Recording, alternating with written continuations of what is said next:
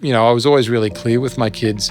I don't particularly care what sport you play, but you have to play one because it's so valuable to be in those environments. The sense of self that it can create, determination, goal setting, resilience. It's also easy to give up and say, no, I'm not going to do that. I'm going to go do something else. Once you've committed, you've got to see the season out. 9 times out of 10, if you stick with it, you'll get over that difficult hump, whatever it was, and come out the other side and go, geez, I'm glad I kept at it. That was so good to be a part of.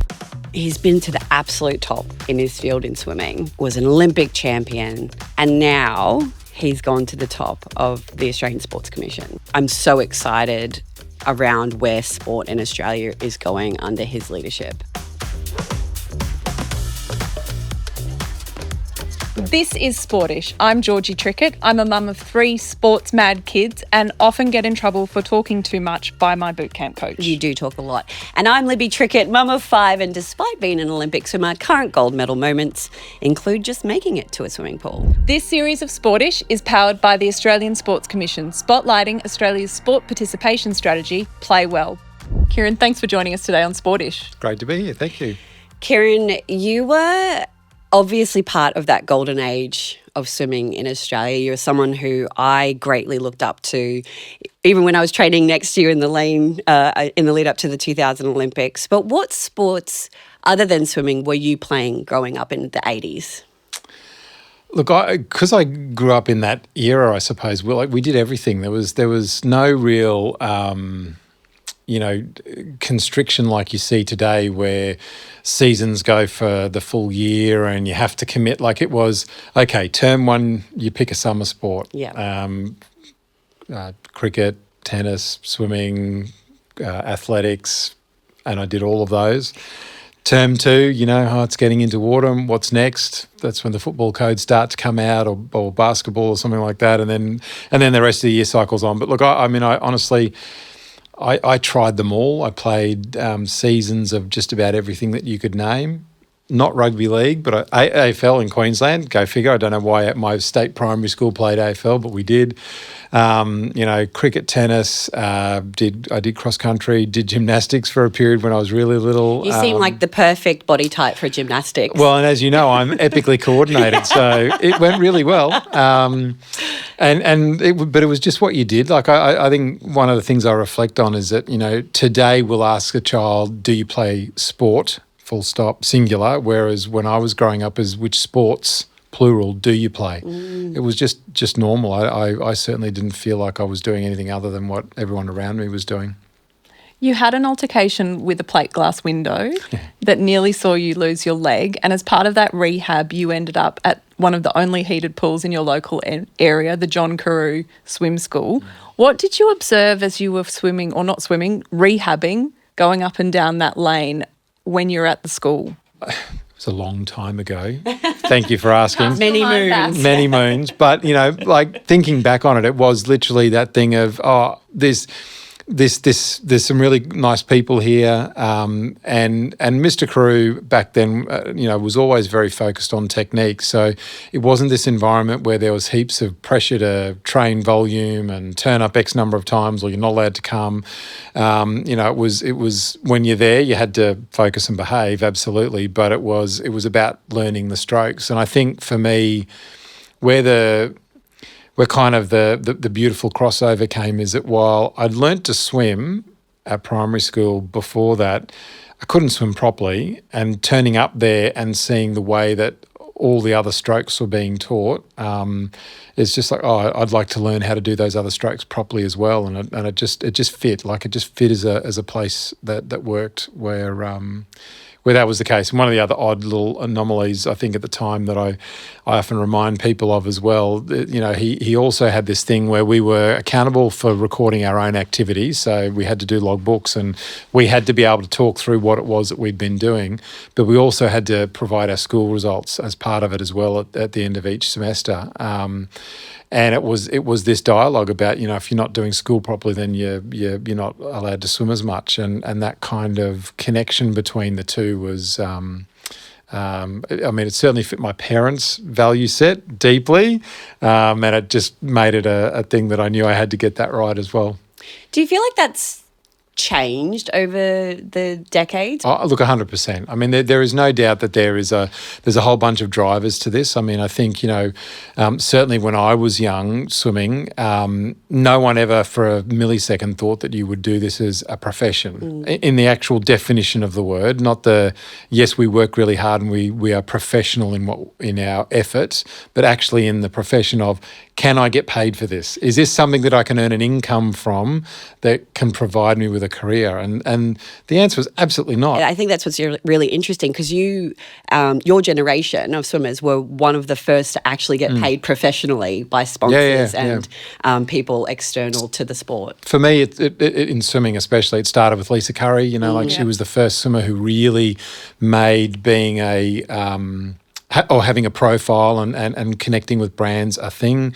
So we could, but even that's a funny irony, right? Because to me, when I look back on it, being a good swimmer gave me the opportunity, but I earned my income from turning up, filming ads, connecting with the board through to the suppliers. And it was actually all of the work of delivering on those contracts, which was that was what I ultimately got paid for. The swimming side of it and it enabled me to swim. Yes. And when I swam well, I got the profile and that enabled that. I think as that increased, as the opportunity to be a professional and have a career, and especially when, the biggest named athletes are earning extraordinary money, and it's seen as as an opportunity to earn incredible income, that really shifted the dial. And so to do that, to be that next superstar, to potentially make millions and millions of dollars and live this dream that it's perceived to be is. I think that's shifted it a lot, and so it's created this opening and this narrative where kids who are shown or show a little bit of talent, there's been this big reinforcement of if you specialise and focus and go to your professional academy, you're going to increase your chances to be a superstar one day. Specialist coaching, all of the all things. of that. Yeah.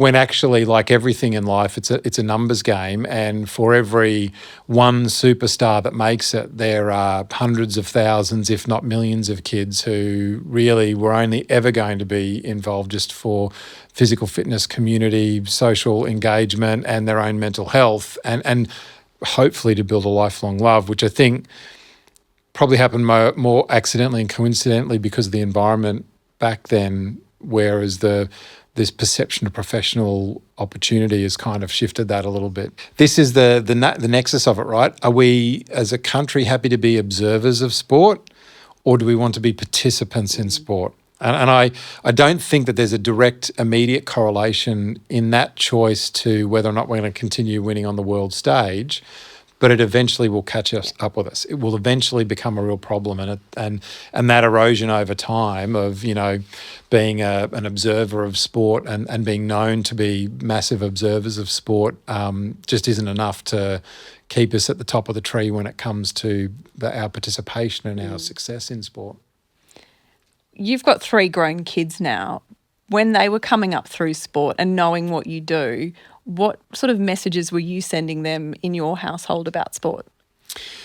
Look, and I've always got to be really honest about this when you go through it, because I think because I became an Olympian and won gold medals and have achieved what I've achieved, people attach a perception to that about what that means. And there's edges to this stuff, right? Like when I narrate the story of my childhood as an athlete, I was not a talented athlete. I wasn't even a talented swimmer, but I was determined and focused. And when I found the thing that I loved doing, I obviously pushed hard. Now, I eventually found the event that I was more suited for / talented, but that was middle of my childhood career, as opposed to I've tried it for a season or two and I'm a superstar, and that's why I've kept going.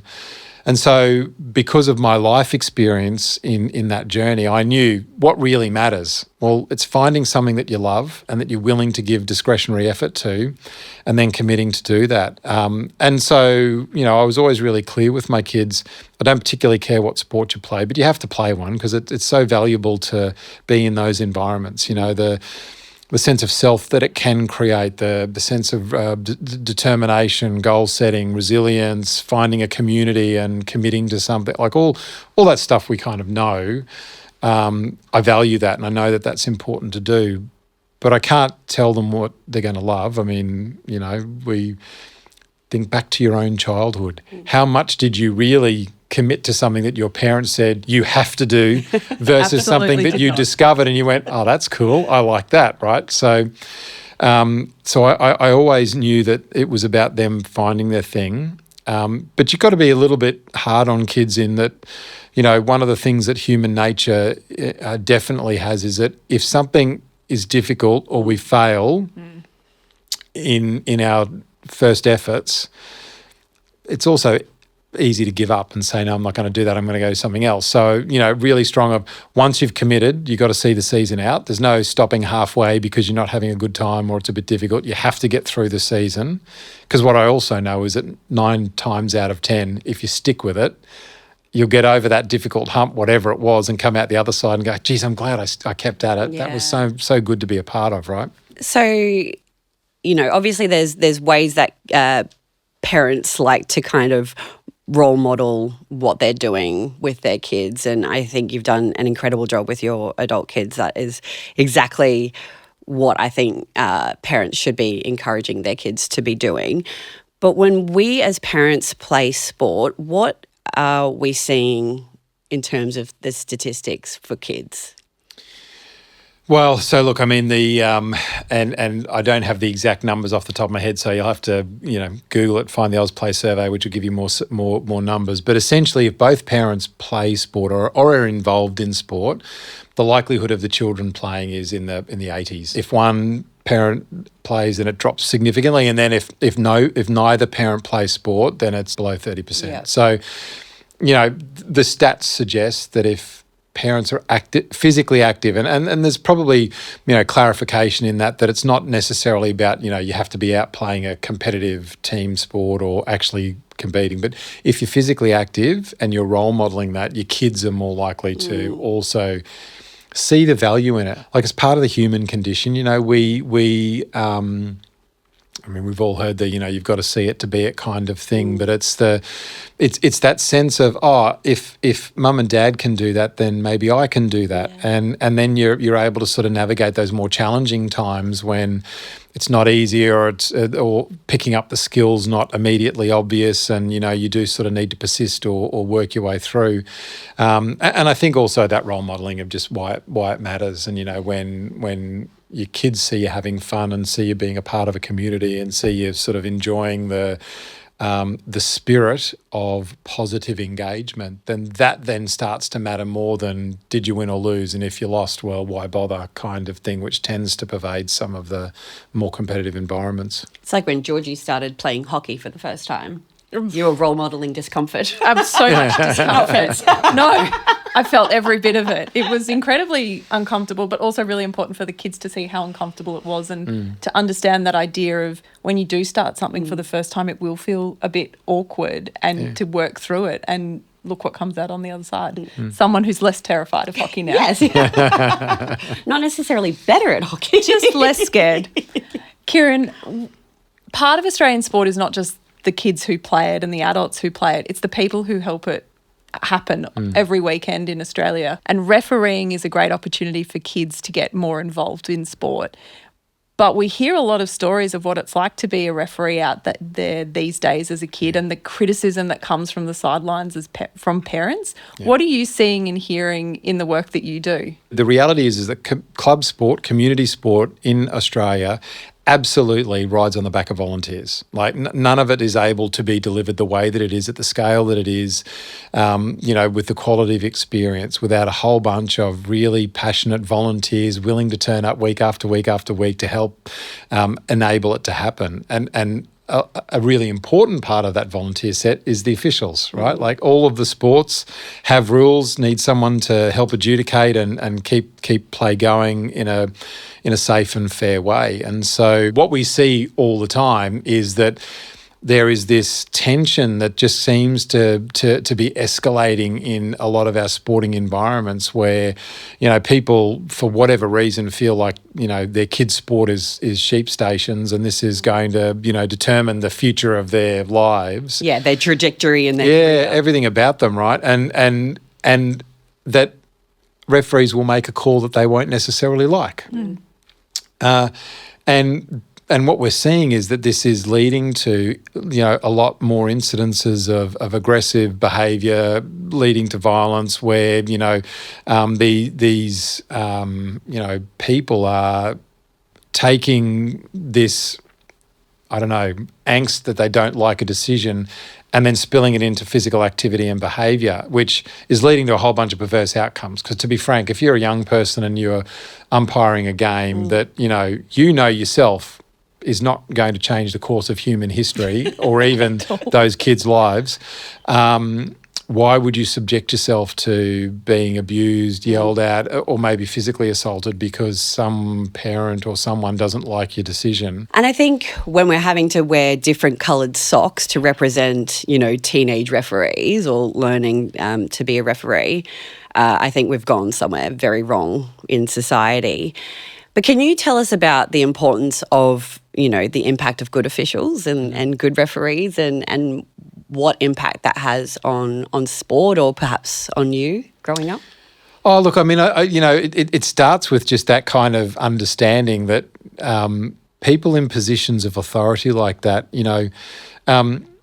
the innate sense of respect that comes with a uniform or a role like that the rest of us should have is hugely powerful for society. Doesn't mean that they're always right or that they always do the right thing. Like, I understand that there's challenges that come with it as well when we become adults and work out some of the background. But in a general sense, when you're looking at the vast majority of it, like that sense of respect that comes with people who have official positions like that means an enormous amount because it enables the system to deliver great outcomes for the bulk of society. And I mean, I've experienced that deeply myself. I mean, being a young kid and standing on the blocks in a race and, the person with the whistle or who's triggering the starter's gun, they're frightening initially, like, oh my God, these people. But then, over time you begin to work out that, well, I wouldn't be doing this if they weren't there. And more to the point, they enable me to play fair and safely because if someone's trying to do the wrong thing, they can pick that up. And the impact that they can have is really extraordinary. I mean, one of the things I will never forget in my life is, club night one night, referee who was one of the state referees. So this guy was actually very, very senior but used to turn up for club nights as well. Doing I can't remember if it was 100 or 200 butterfly, but it was one of them. And one of the events you're known for, obviously. One of those events I'm known for. It was a long time ago. I actually wasn't bad, but I wasn't willing to maybe work quite that hard, And, classic scenario in training, Mr. Crew always used to hammer me because, when you're tired, you'd push off the wall, do a single arm stroke to get a breath and then get going again, which is completely against the rules. And it was always into, if you do it in training, you'll do it in a race. And I'm like, nah, that's not going to happen. I'm too good for that. I'm too smart for that. I wouldn't do it. I wouldn't do it in a race. And I'm like 10, right? And of course, club night in the race, push off the wall, off a turn in butterfly, single arm stroke to the side.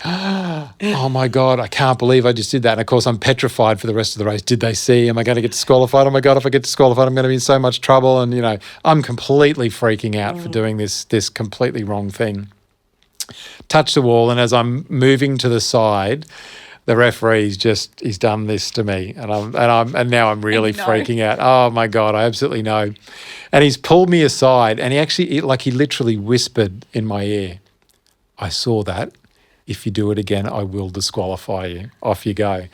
And that was all he said. And that was one of the moments where I'm in huge relief. Yeah. Oh my God. Of course. Because Mr. Crew didn't see me do it, so I didn't get in trouble from him because he definitely wouldn't have let it slide. No. He would have absolutely let me know. But you know what? I never, ever, ever did it again. You learnt your lesson? I learnt my lesson and it made me train better because it was like oh my God, Mr. Crew's right. If I practice it in training, I'll do it in a race accidentally.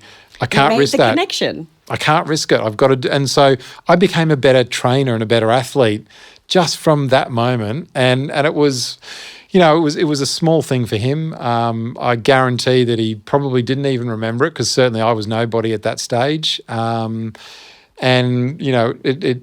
It was one of the layers of what enabled me to achieve what I achieved, because I was a better trainer after that, and I became a successful athlete because I was such a good trainer. Umpires and referees like that really are like the keepers of the sport in our country. They're so important. Kieren, in Australia, we really attach to the idea that we're a sporting nation, but you mentioned before that we're a nation of viewers, not necessarily participators. What do you mean? Oh, look, it's that.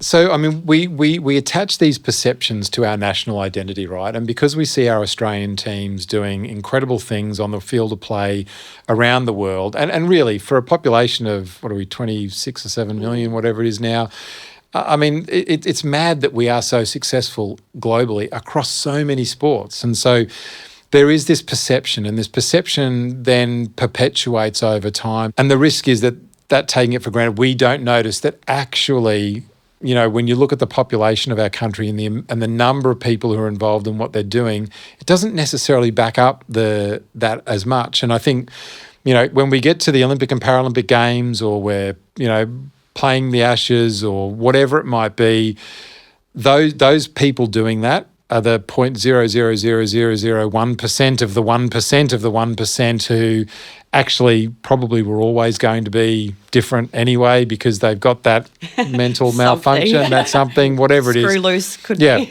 And our system supports them, and it needs to, and it's always got to improve and be better to enable that to happen. But that's a population base of this much compared to this much of the humans who live in our country. And so what we're trying to kind of acknowledge is okay, so around 80% of kids under the age of 12 play organised sport. That's incredible. That's actually nuts. And it's a combination of clubs, school. I mean, one of the things that we're really proud of is that the sporting schools program, we've had 20 million kids now over the life of that program play sport, which, is a great introduction, right? It's a momentum builder. But from the age of around 12 heading to 14, and definitely after 14, the number just falls off a cliff. And by the time you get to 20, less than 20% of that 80% are still playing sport. And that's a tiny number. The number of people playing sport still to drop off that level, that's not great. And that's where we're more observers than players starts to come in. Why does it happen? What's influencing it? What do we need to do about it? Fundamentally, are we going to continue to be the best in the world at what we do, although it helps? What it's fundamentally going to answer is, are we a nation of resilient, healthy, socially connected, mentally well people who are able to continue to, deliver on that Australian dream, which the rest of the world looks at us and goes, my God, Aussies, you've got this can-do attitude, you're resilient, you get on, you take a little and you do amazing things with it and all this sort of stuff. And a lot of that is built off our life experience and the things that we do. And so that's the bit, that's the thing. Why are we seeing that drop off, and really addressing and understanding that, because we want more people involved for the betterment of our society, not to answer are we going to keep winning at the international stage question. Why is kids' sport participation so imperative to the whole sports ecosystem? The more people we have engaged, the better off the sport ecosystem will be, because that then does support that pathway for those kids who want to be elite, to become elite, to then create that sense of national pride and engagement, and to provide the example that those kids who are young and playing can go, if Libby could do that, maybe I can. And then they... And so there is a circular economy element of it that really matters. But it is for me that we want people to be lifelong advocates. We want them to encourage their kids to be involved, because we know our country will be better off for it on a whole, really. Kieren, I'm keen to understand if sport is so important, not just for the physical activity, but for the resilience and all those other amazing benefits that come from it.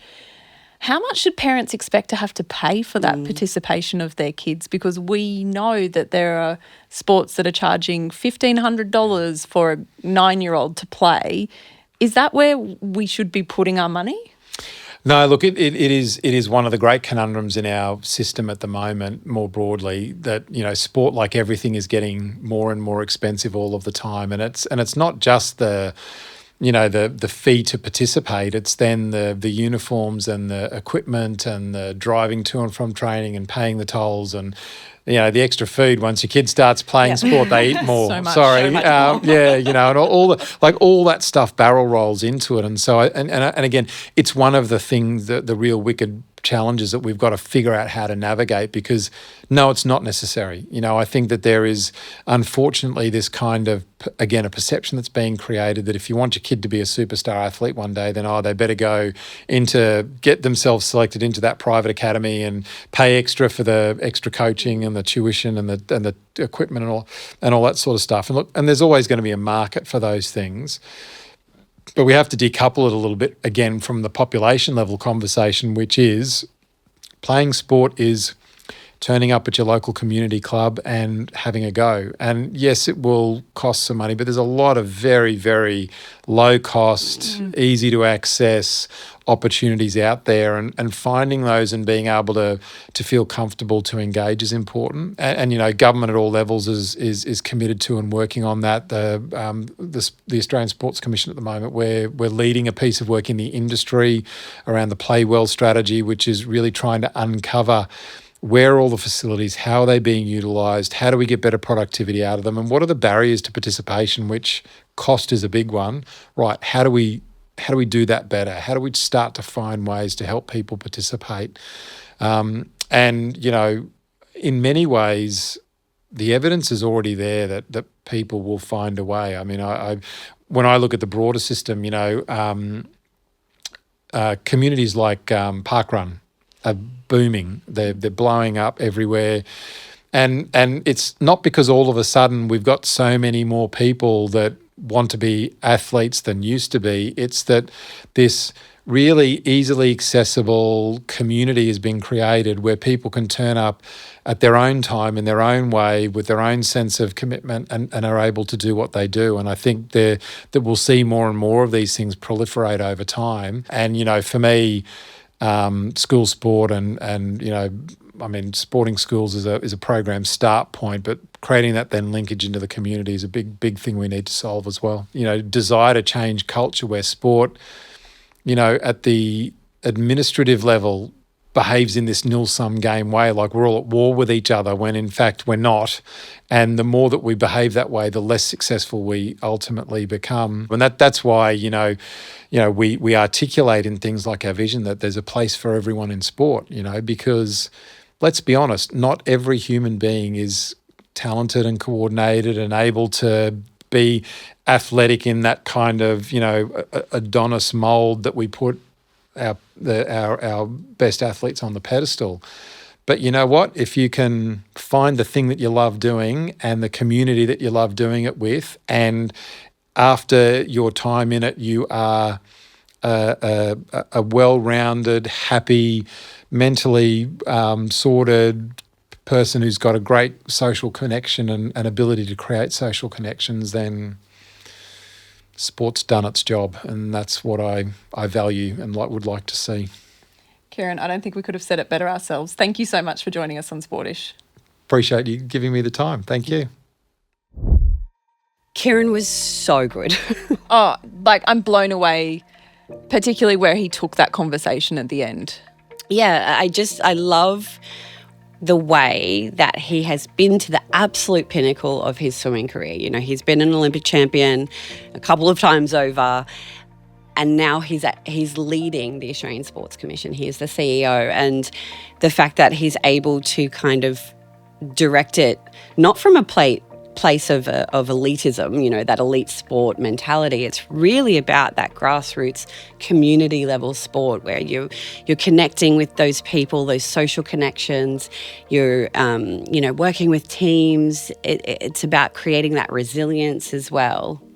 And I think it was really interesting to see not one but two elite swimmers talking about this idea that it doesn't just have to be about elite sport. It's about so much more, and how important it is that as parents we're role modelling what sport should look like. Exactly. Because if we're not playing sport and we're not coaching and managing and volunteering, then our kids aren't going to see that as part of the ecosystem, and they're not going to want to do that when they become adults. It's not just about the kids of today. It's about fostering this relationship with sport with the kids of today, so that like our kids in 20 years' time are still playing it. That lifelong love of sport that he spoke so beautifully about. It's so important, and it's so crucial, and to give kids the support, to be the referees, to learn the skills, it's never been more important. This series of Sportish is powered by the Australian Sports Commission's Play Well strategy.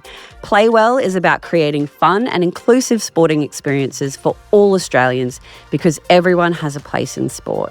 You can find out more about the Playwell strategy at ausport.gov.au/playwell. This series is produced by Deadset Studios and hosted by us, Georgie and Libby Trickett. Sportish and the Australian Sports Commission acknowledge the traditional custodians of the land on which this podcast was made. We recognise the outstanding contribution that Aboriginal and Torres Strait Islander peoples make to sport, and celebrate the power of sport to tell stories and promote reconciliation.